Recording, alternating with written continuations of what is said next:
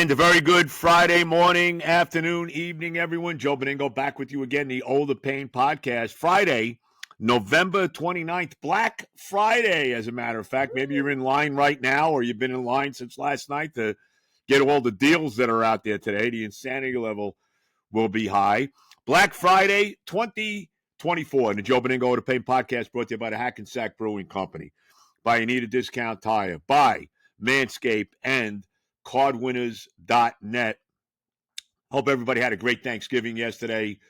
We did. Great family day. Really enjoyed it. A little football and food on Thanksgiving doesn't get much better than that. So, and a lot to be thankful for this year, as the country on the way up with the results as far as I'm concerned of this election.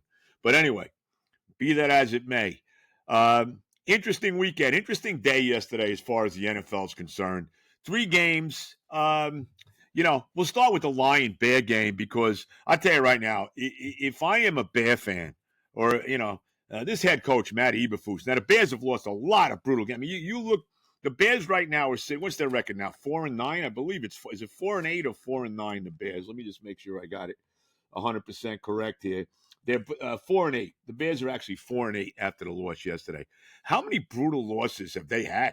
They had that game against Washington with the Hail Mary at the end that they lost on the last play of the game. They lost a brutal game last week to Minnesota in overtime. And yesterday, it looked like the Lions were going to blow them out in the first half, but the Lions could not score in the red zone, and they were only up 16-0 at halftime.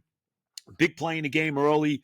The kid Jahmyr Gibbs on a big fumble, looked like he was going into at least to have a first and goal inside the 5-yard line, wound up fumbling. The Bears recovered it. That was a big play in the game. But the Bears were able to hang around. They come out at halftime and go right down the field for a touchdown behind Caleb Williams. The Lions then come back and score to make it 23-7 again. And you're like, okay, the Lions, it looks like they're going to blow them out. That was not the case. The Bears came back. They cut this lead to 23-20 and had a chance with the football to tie or win at the end of the game. And what the hell was Matt Eberflus doing? I mean, if I'm a Bear fan today, I'm sure he's getting roasted in Chicago today. I mean, I don't see how he's not. 23-20, the Bears are driving. They still have a timeout. They got one timeout left. I don't know, maybe 36 seconds left in the game. And they're on about the Detroit, I would say the Lion 40, somewhere in there, 40, 45-yard line, 40-yard line. Caleb Williams gets sacked on second down, setting up a 3rd and 26. And Eberflus does not call timeout. What are you doing? He doesn't call timeout. They don't even get up and spike the ball because they can't, because then it would have been immediately 4th down. And the clock is running. They basically wind up running only one more play. Williams throws a pass down the sideline, incomplete, game over. I mean, come on.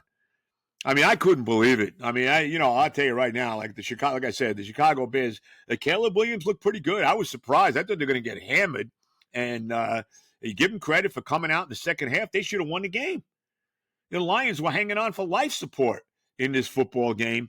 And Detroit, very, very fortunate to get the win. They go to 11-1 now. 10 straight wins I think the Lions have now. And it's their first, how about this too, which I didn't even realize. And I know they've never been great on Thanksgiving, Detroit, but I didn't even realize they've lost 7 consecutive, I believe it was 7 or 8 consecutive Thanksgiving Day games at home in Detroit. And they finally, get one yesterday, and they were fortunate to get out of there with the win. But I'll tell you right now, if I'm a fan of the Chicago Bears, I mean, I'm sitting there and I'm saying, man, what the hell was this head coach doing? I mean, really, that was mind-boggling. And Detroit gets away with that 23-20 win. And if you had the Lions laying the 7.5 like I did, or 10.5, forget 7.5, 10.5 like I did, I knew when they were only up 16-0 at halftime that they were in trouble for at least covering in this football game. I can tell you that. And it did turn out that way. So that turned out to be probably the most exciting of the 3 games on Thanksgiving Day. The Giants, I mean, they were competitive yesterday with Dallas. They lose 27-20. Drew Lock playing quarterback yesterday. He had some moments. He had a couple big runs. He had a big run that set up a touchdown early to give the Giants a 7-3 lead. Had another touchdown later on. But the killer play in this game, the Giants are actually up. What was it? 7-3. That's what it was. Giants are up 7-3. And in typical Daniel Jones, how many times, if you're a Giant fan, how many times have you seen Daniel Jones do exactly what Drew Lock did yesterday? He throws a screen pass that gets knocked up in the air by the defensive lineman for Dallas and intercepted and taken it in for a touchdown. How many times have you seen Daniel Jones, when you're a Giant fan over the years, throw these kind of killer interceptions? And you saw it yesterday from Drew Lock. I mean, I thought he was okay. He had that other turnover early in the second half where he fumbled. Dallas recovered it. That's probably the difference in the football game. The Giants were down. What were they down? What was it, 27-10 at one point in this game? They cut it to 27-20 when all was said and done.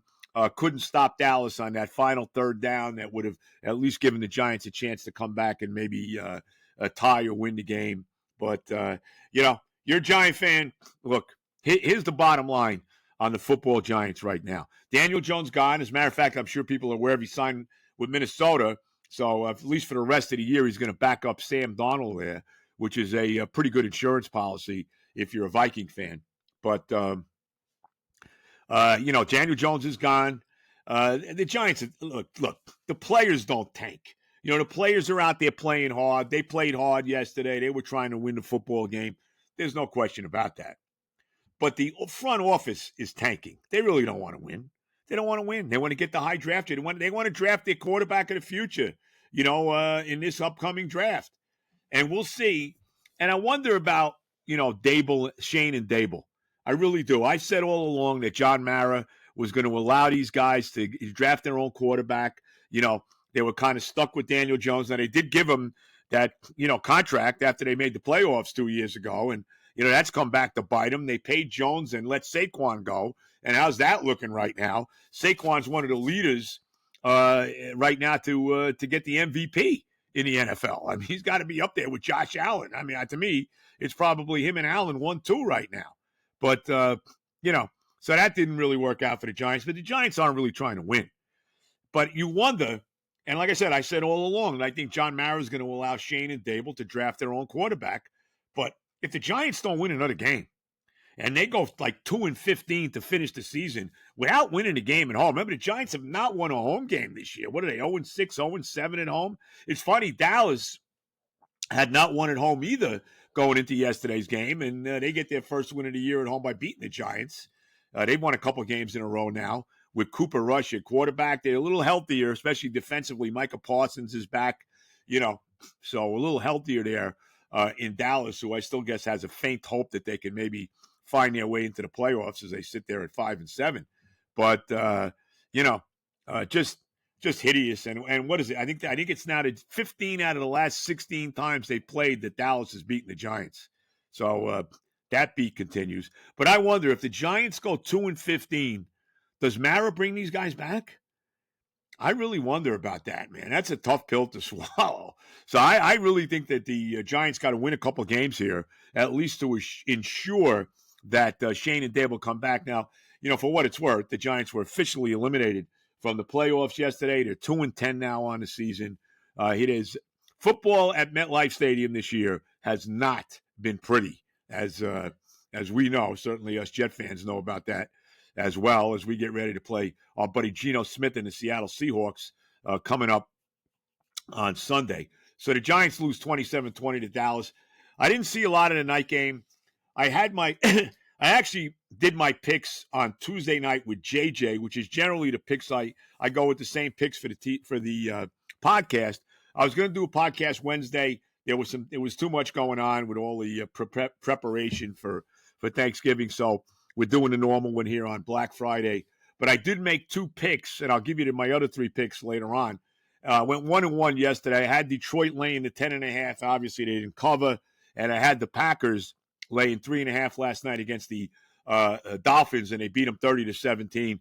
Miami, it was too cold, let's be honest. It was 20 degrees last night in Green Bay, in Lambeau. And the Dolphins have no chance when the weather's like that. I mean, I understand a lot of these guys. Tyreek Hill played for a long time in Kansas City. That is not exactly, a balmy weather there in December and January. But this was, Miami really never had a shot in this game. They lose 30-17. They were down 30-11 at one point. So I went 1-1 yesterday and stay at 500. I'm 31-31 for the year. And I'll give you my other 3 picks going forward. But that wasn't the greatest game last night. So we'll see. Got some college football today.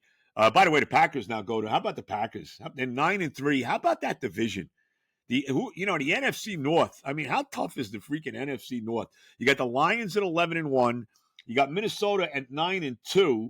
The Vikings play the Cardinals. Not an easy game. They play the Cardinals coming up in Minnesota on Sunday. They're 9-2, and the Packers are 9-3.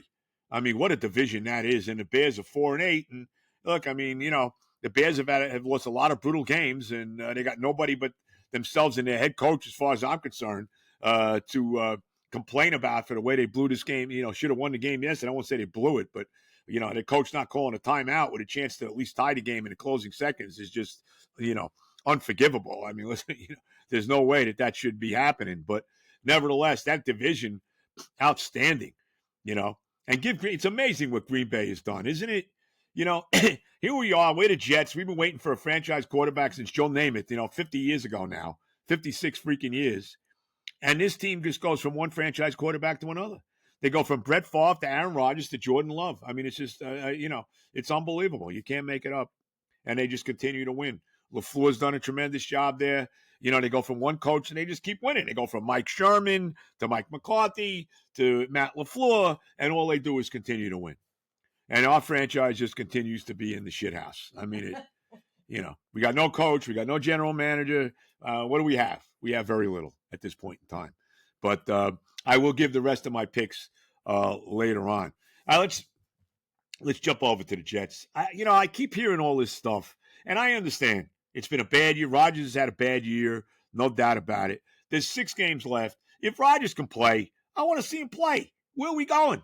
He's going to be gone at the end of the year, more than likely, And I don't want to really see Tyrod Taylor play. How about this kills me. It really does. Now, everybody and their brother was on board for Aaron Rodgers coming here, right? Let's be honest about it. Everybody and their brother wanted Aaron Rodgers to be the quarterback of this team. And as it could only happen to this franchise, 4 plays into his first year with all the hoopla and all the excitement, he goes down for the season. He comes back this year, all right? And let's be real, Woody Johnson made a major mistake. Whether we thought it was okay or not at the time, Woody Johnson made a major mistake firing Robert Saleh when he did. He should have let him finish the year out. That was the biggest mistake made. And now everybody's dumping on Rodgers. Now they want to, you hear people, let Tyrod Taylor finish the season out. No. If Rodgers is healthy, he's not on the injury report this week for the first time in a while. If Rodgers is healthy, I want to see him play. All right? Can we at least see this guy finish out the last 6 games of the year as quarterback of the Jets? Do I want to see Tyrod Taylor? I really don't. Does Tyrod Taylor really give him that much of a better chance to win right now than Rodgers does? I mean, I don't know about that. He hasn't had as bad a season as people want to say. I mean, I'm sorry. We go back to, the mistake of firing Saleh, the fact that Greg Zuerlein killed him this year as far as, the kicking game is concerned.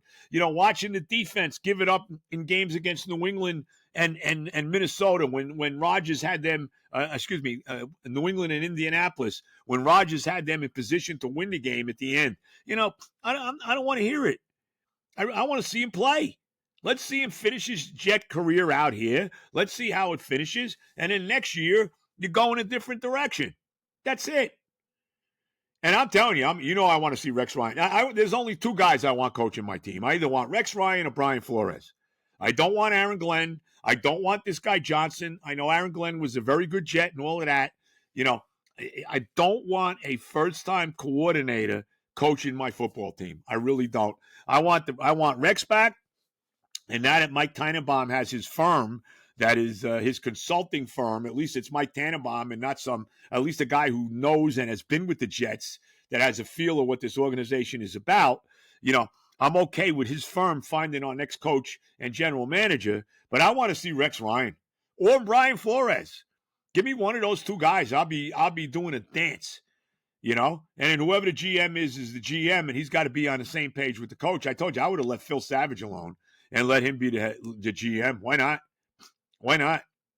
But we'll see what Tannenbaum and his crew do here. But, let Rodgers finish the year out. Really? I mean, I want to see him win some games. Can we beat Seattle this week? To me, Seattle is ripe for the taking this week. They really are. They've won two huge games in the division. They had one in San Francisco 2 weeks ago. They won against Arizona home last week. They're sitting in first place now in that very interesting AFC West where everybody's in it. Seattle and Arizona are at 6-5. The Rams and the fading 49ers are 5-6. So everybody's got a chance to win the division there with a lot of games to play, And, Seattle winning those two big division games in a row and having to come East Coast now to play, you would think that'd be an advantage for the Jets here. So we'll see how it plays out. You hear about the revenge, the Geno Smith angle. Don't forget the Leonard Williams angle, too. The big cat who really played well. I watched a lot of that game against the Cardinals last week. Leonard Williams had a big game for the Seahawks last week. So, I'm sure he's motivated to come back to the Meadowlands and get, against his old team. And, of course, he played for the Giants, too. So, a lot of motivation there for Leonard Williams. But, let me see what Rodgers can do. We still got weapons on his team, And I know Breece Hall's a little banged up. I guess he didn't practice Wednesday, and we'll see if he plays on Sunday. Hopefully he will, They brought Bam Knight back. I guess that's the reason, because they were a little worried about Hall's injury. But, we still got Garrett Wilson. We got weapons. We got Devontae Adams. I want to see a game. I know the defense stinks, but, let's see. Let me have a competitive – let me win some games. Could I beat Miami once? We got 2 games left with Miami. We play the Dolphins in Miami the following week. Can I beat them at least once this year? Please. We got to play Buffalo again, I mean, come on. So I want to see Rodgers play. I understand he's not the future. I get it. But everybody couldn't wait to see him. How many different people bought season tickets because of him? And now you're ready to stick him on the bench. It's over for him, so let's play Tyrod Taylor. Let him finish the freaking season out. Does it really matter at this point in time? They're not going anywhere anyway. Let me see Rodgers finish the year out, at least as long as he's healthy. Let me see Rodgers finish the year out at quarterback for this football team. So we'll see how it goes. But the Jets and the Seahawks, Sunday, 1 o'clock. Thankfully, the best part of the next 6 games for the Jets is that every one of them is at 1 o'clock on a Sunday. Thank God for that. All right. Benigno, the Oda Pain podcast. We'll get to my picks. I got a couple comments. I got my Ranger hat on. I got a couple comments about them coming up as well. First, let's get the sponsors in here. The Hackensack Brewing Company. Everybody was over yesterday. My son-in-law, Andre, who still works a little part-time for Mike Jones and company over there, getting a lot of calls for when the next podcast is going to be. I don't know the answer to that. Probably sometime next year. Maybe what we'll do, I didn't really talk to my daughter too much about the podcast yesterday. Maybe what we'll do is see maybe for the football playoffs, maybe we'll do something in January once we get to the playoffs for the next podcast. But the stuff about the Hackensack Brewing Company, 10 minutes off the George Washington Bridge, less than 30 seconds off Route 4 in beautiful Hackensack, New Jersey. Not really.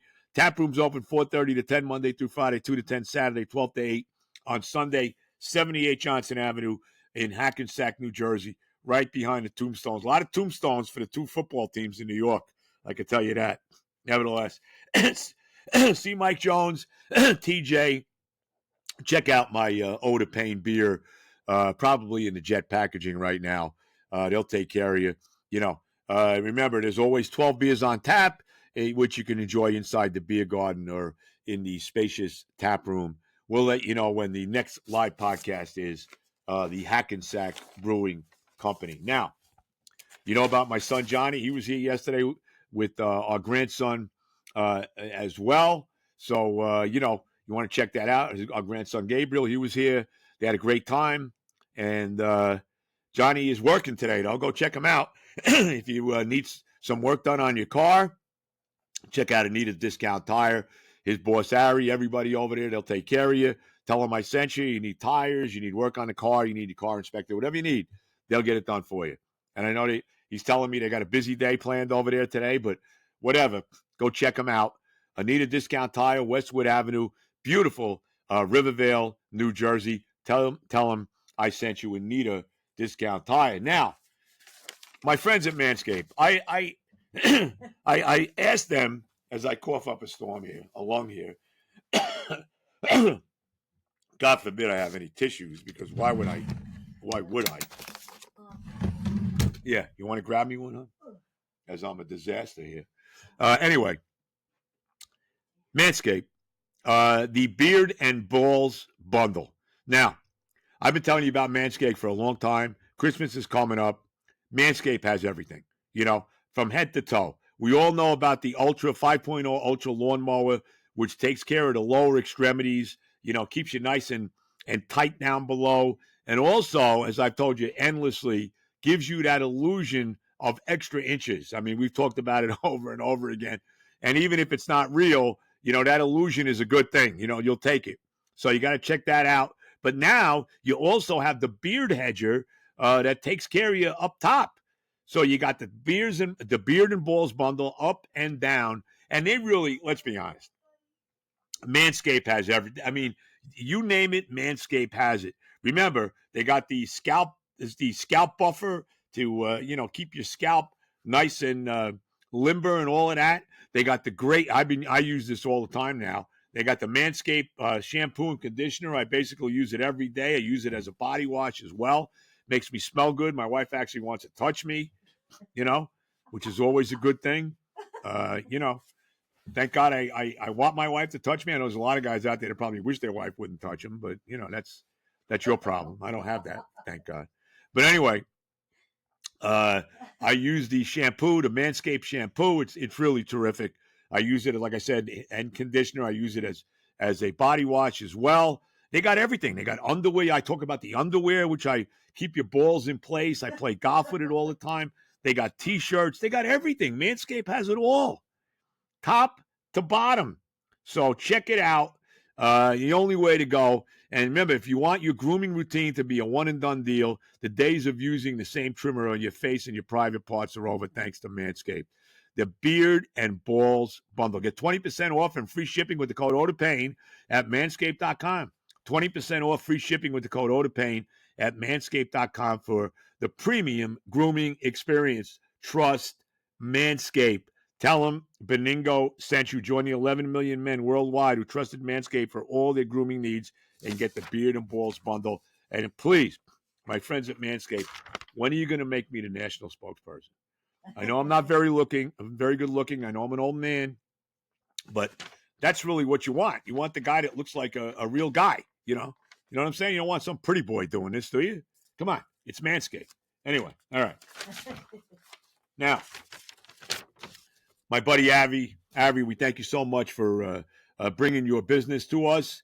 And at cardwinners.net, are you in the hunt for the best credit card deals? Look no further than cardwinners.net. Whether you're searching for personal credit cards that suit your everyday needs, a business card to help manage your company's expenses, or a card that offers fantastic perks like airline points and cashback, we got you covered. Our site also features cards with promotional 0% APR offers and outstanding sign-up bonuses to help you get the most out of your spending. Explore my top picks on cardwinners.net. And, hey, don't wait. Visit cardwinners.net today and discover the best credit card deals available. My picks will be coming up. Cards are subject to approval. Terms and conditions apply. Thank you again, Avi. Cardwinners.net. All right. Time for the pro football picks as we move into, what is it, week 13 now? Is that what the hell we are now? It's unbelievable. Week 13 in the ever fast-moving NFL season. I mentioned I did a couple picks on Thanksgiving Day. Wasn't able to do it on Wednesday, so I actually did them with JJ, which I do on his podcast every week. So I was 1-1 yesterday. I had the Lions laying the 10.5, as I mentioned earlier. They won, did not cover the spread. And, of course, I won with the Packers laying 3.5 at night over the Dolphins. They won 30-17. So 1-1 on Thanksgiving. I'm 31-31 for the year. And I'll give you the 3 games I got going on Sunday. I like the Bucs laying 5.5 at home against Carolina. Carolina's actually played pretty well.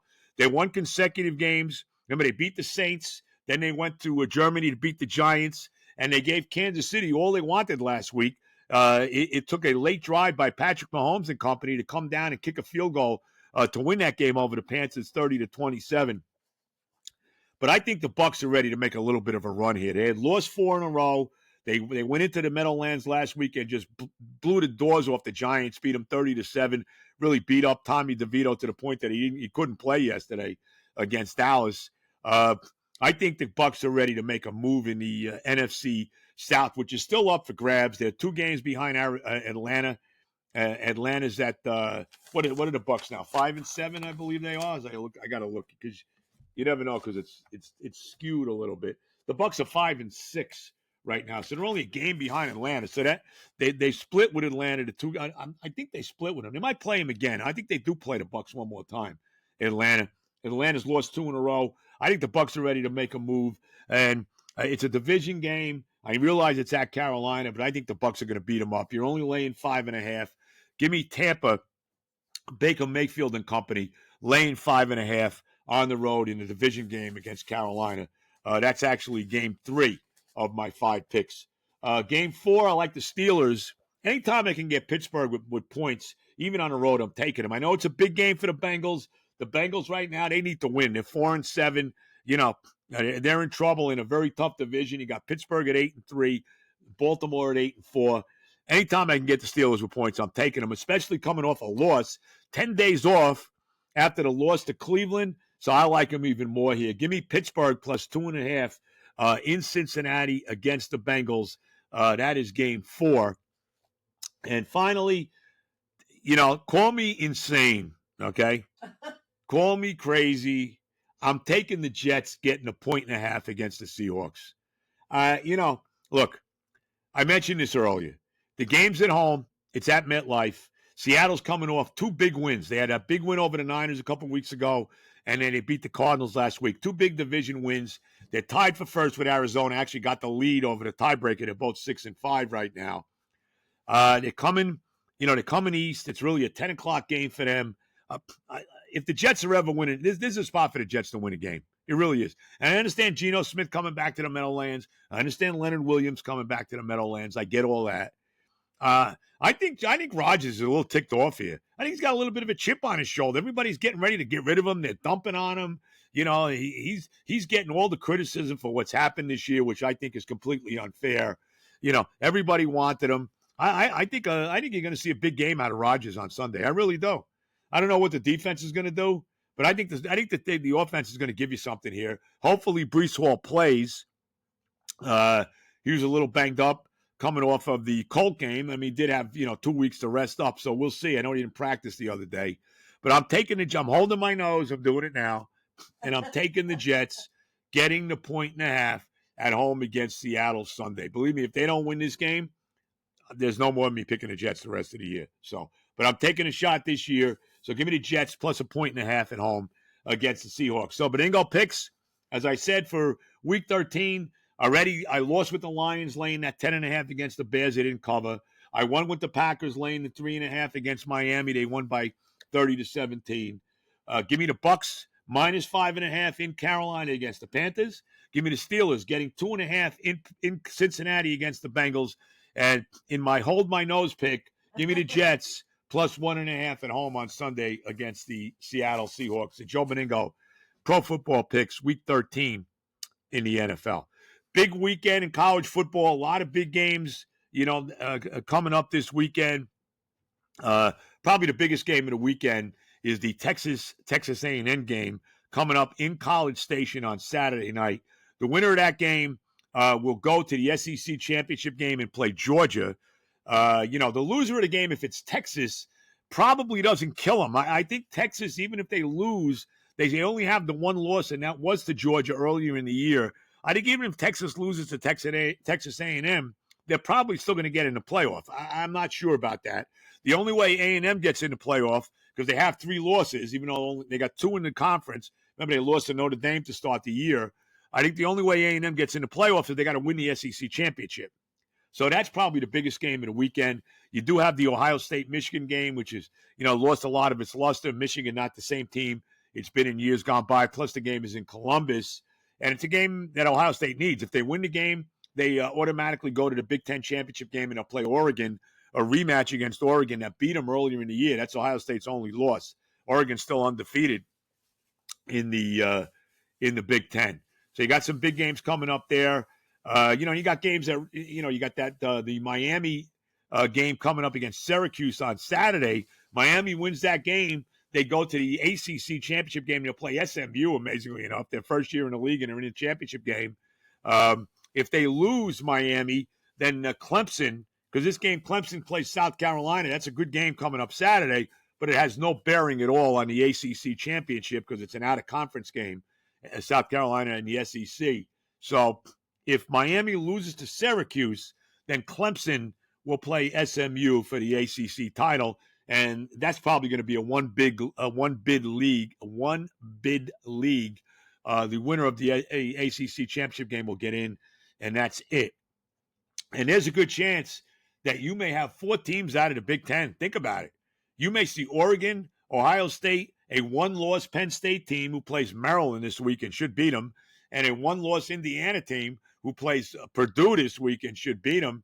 I mean, how do you keep 2 one-loss teams out of one of the power conferences, the second best conference in the country? So we'll see. It's going to be an interesting weekend in college football. You got Notre Dame and USC out in Southern Cal, which is probably a big game for Notre Dame. Probably a game Notre Dame's got to win. They got one loss. They lost that game to Northern Illinois. You got to figure they're in unless they get beat here by Southern Cal. So some interesting games coming up as far as the college football and, of course, the playoff, the 12-team playoff, which I didn't think I was going to like, but I got to tell you, I do. I like it a lot. I really do. I think it's going to be very, very interesting. Finally, before we go, there's been talk this week. The Rangers are not playing well. They've lost 4 in a row. They're 12-8-1 on the year. And there's been talk that everybody can be had from this team. You want to trade Jacob Trouba, that's fine. You can trade Jacob Trouba. You can't trade Chris Kreider. I'm sorry. Chris Kreider, to me, is an all-time Ranger. He's one of the great Rangers of all time.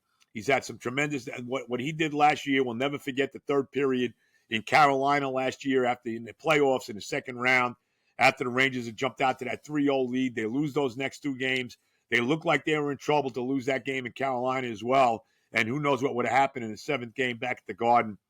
And Kreider saves them with that hat trick in the third period to win that game and close out that series. He's one of the great Rangers of all time. He's played his whole career here. He's been, 12 years with this franchise. Remember, he came on the scene in the playoffs in 2012 and played great in the playoffs. Scored playoff goals before he ever scored a goal in the regular season. He's the all-time Ranger leader in playoff goals. He's 3rd all-time in the history of the franchise behind Rod Gilbert and John Rattel as the most goals in the history of the franchise. He's a tremendous 2-way player on the power play and the penalty kill. I do not want to see number 20 play anywhere else but with the Rangers. I'm sorry. You can't trade him. I don't want to see him ever be traded. And I understand this is a franchise that traded Eddie Giacomin. This is a franchise that traded John Rattel. This is a franchise that traded Brad Park. I get all of that. I don't want to see this guy go. All right? To me, he's an all-time Ranger, just like Henrik Lundqvist. I know Lundqvist was going to play with Washington at the end when the Rangers let him go. But, I want to see him play his whole career here with the New York Rangers. And, look, it's still early in the season. I wouldn't be panicking. We'll see how it plays out. You want to trade Jacob Trouba? I got really no problem with that. You can't be trading Chris Kreider. And there's still a lot of hockey to be played. I know they got a 4-game losing streak. I know they haven't played great, but let's calm down. They play this afternoon in Philadelphia against the Flyers. Let's hope they bounce back with a win against Philadelphia on a Black Friday afternoon. All right, want to thank everybody that's listened, all my listeners. We thank you so much for all the support you've given me over the years. We'll let you know when the next live podcast will be. Everybody, have a great rest of your holiday weekend. Enjoy Black Friday. If you're out there, looking for the deals, God bless you. I hope you got a lot of medication to keep you under control while you're standing in the lines for all these crazy deals today. But whatever. Enjoy the weekend. Enjoy the football. All the love to everybody. And, of course, more so than ever, God bless. bless the greatest country in America. God bless the greatest country in the world. God bless America.